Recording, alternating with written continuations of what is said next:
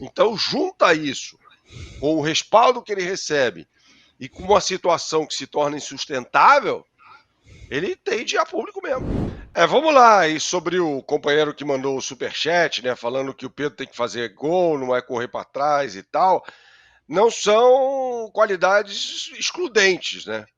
Características excludentes, melhor dizendo. O cara pode ser bom de bola e marcar. Não tem absolutamente nada que aponte para, não, se esse cara é craque, ele não precisa. A não ser que seja o Messi, né, o Maradona, enfim, esses extraterrestres aí. O que definitivamente não é o caso do Pedro, né?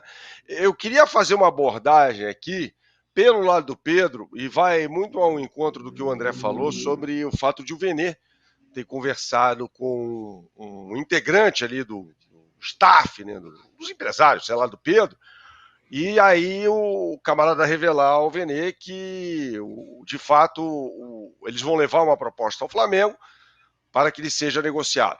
Então, eu acho que a situação é insustentável, mais pelo lado do Pedro. É o Pedro quem está dando migué em treino, e o Felipe Luiz abriu as portas ontem, depois de descer o cacete, tinha que fazer isso mesmo.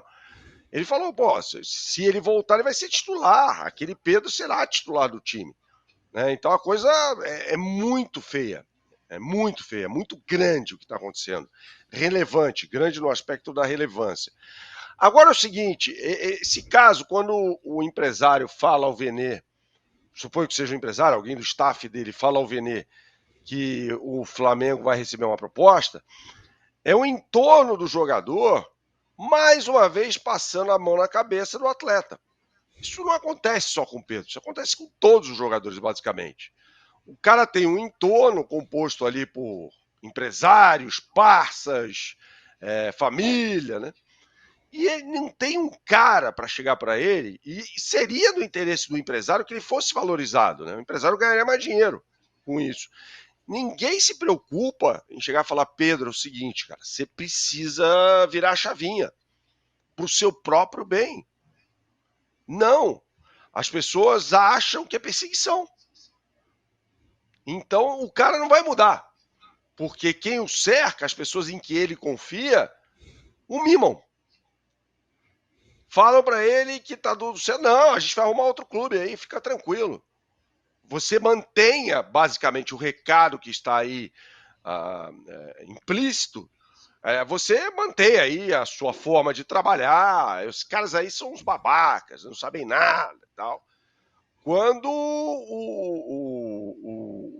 o ideal seria justamente alguém dar um toque nele.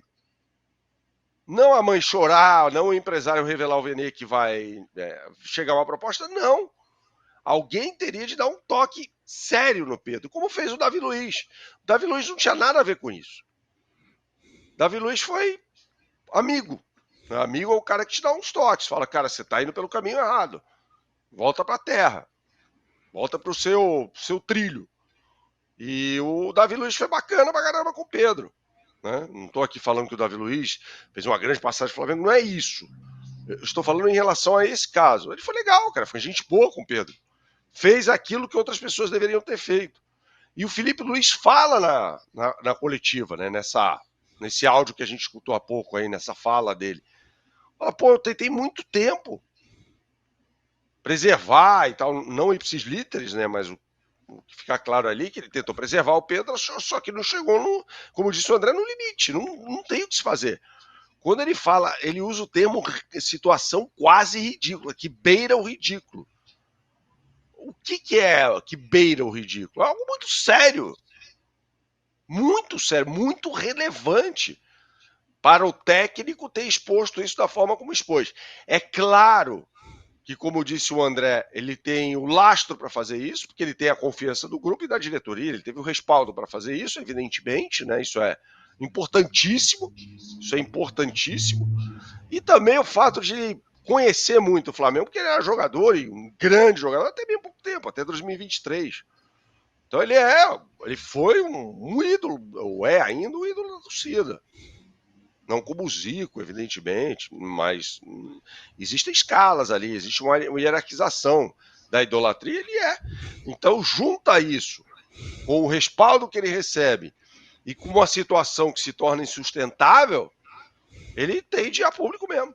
Gostei, achei que foi isso.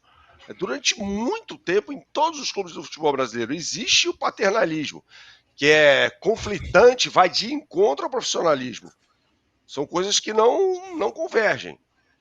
Ou você vai ser um papai ali, montar a sua família, né, como o Filipão em 2002, outros tempos, completamente diferentes do futebol, ou você vai ser profissional. E quando você é profissional, você ganha o respeito daqueles que você comanda e dos seus superiores também, e você tem conteúdo e sabedoria para exigir que o profissional, no caso o jogador, tenha um mínimo de comprometimento, mínimo, né? O André falou que eu ia falar, inclusive, assim, não é uma questão agora, definitivamente, de adaptação ao modelo de jogo, não é mais isso, não é mais isso. São alguns passos atrás. Como o André usou o termo básico, né? É isso. É assim, o cara não está treinando.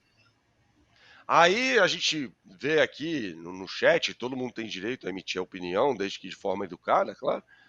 Ah, o Romário jamais jogaria hoje. Talvez não, cara. Talvez não. Ou ia acontecer o que aconteceu. Ele briga com um aqui, vai pro rival, vai pro VAR, depois briga, vai pro Fluminense e tal. É um gênio, evidentemente que é. O Romário era outro que não treinava. Mas isso também é uma discussão que, assim, não faz muito sentido, né? Porque, assim, era outro futebol, gente. Então, era outra Romário coisa. parou de jogar. Romário parou de jogar antes do Guardiola 2007, comandar um 2008, time. né? Parou o futebol antes do Guardiola. Do Guardiola começar a ganhar as coisas com o Bayern e o futebol se transformar, mudar várias vezes. Até chegar aqui a 2025 é outra coisa. É outra coisa. Não dá para ficar falando do Romário. Não adianta querer falar de uma outra época, porque o que vale é o hoje. Outra coisa, o Romário jogava num campo, treinava num campo de terra na Gávea. Nunca chegou perto de ganhar 1 milhão de reais por mês. Nunca teve um CT à disposição. E também dificilmente recebeu em dia, tanto que ficou um tempão aí recebendo dívida de Flamengo e Vasco. Então, assim, não dá para comparar. Não dá para comparar. E o Pedro não é o Romário. O Romário é um dos, pelo menos assim, que eu vi jogar, é um dos 3 grandes atacantes que eu vi jogar, centroavante que eu vi jogar ao vivo. Romário, Ronaldo e Van Basten. Foram os caras mais impressionantes que eu vi de camisa 9 jogando. O Pedro é um grande atacante, sem dúvida, mas não é o Romário. Ele não é o Romário, não é genial. Ele é um grande atacante. Então ele não, assim, todo o contexto hoje não permite que ele faça isso. E ainda mais o contexto do futebol que é jogado hoje. Você está vendo no mais alto nível um time com Mbappé, Vinícius Júnior, em que os jogadores não estão se dedicando sem bola, tomando vareio. Tomando vareio. Então é outra realidade, é outro futebol. Então não dá pra. Assim, e o Pedro tá errando no mais básico. Assim, e a gente via nos jogos. Ele jogou bem contra o Esperance. Os 2 adversários mais fracos que o Flamengo pegou no Mundial, mas muito mais fraco que os outros 2. Que o Chelsea e o Bayern. E o Felipe citou Infinitamente isso em mais coletivo. fraco. Infinitamente mais fracos. E o que o Pedro fez? Nada. O Pedro assim, foram 2 atuações lamentáveis. A contra o Los Angeles, então, foi triste. Foi assim, melancólico ver ele perder gol sem goleiro. Porque não tem como, gente. Se não treinar hoje, se não tiver com capacidade de competir, você não compete em jogo nenhum. Até em jogo de time pequeno do Carioca. Não adianta falar os 30 gols do Pedro. Do jeito que ele tá hoje, ele não faz 15. Ele não faz 15, não faz nem metade. Então não dá. E não adianta agora ficar com essa comparação com o Gabriel. Não tem comparação com nada. O Gabriel estava errado de um jeito e o Pedro está errado de outro. E não é porque o Gabigol é mais boêmio, é mais da noite, é mais midiático e tal, e o Pedro é reservado na dele e tal. Não importa. Cada um errou de um jeito e, infelizmente, nenhum dos dois está respeitando o Flamengo. Gente, o Pedro ficou esses meses todos recebendo um baita de um salário sem jogar. Quando o Felipe fala sobre a questão de respeitar o clube que paga o salário a ele, é muito isso também.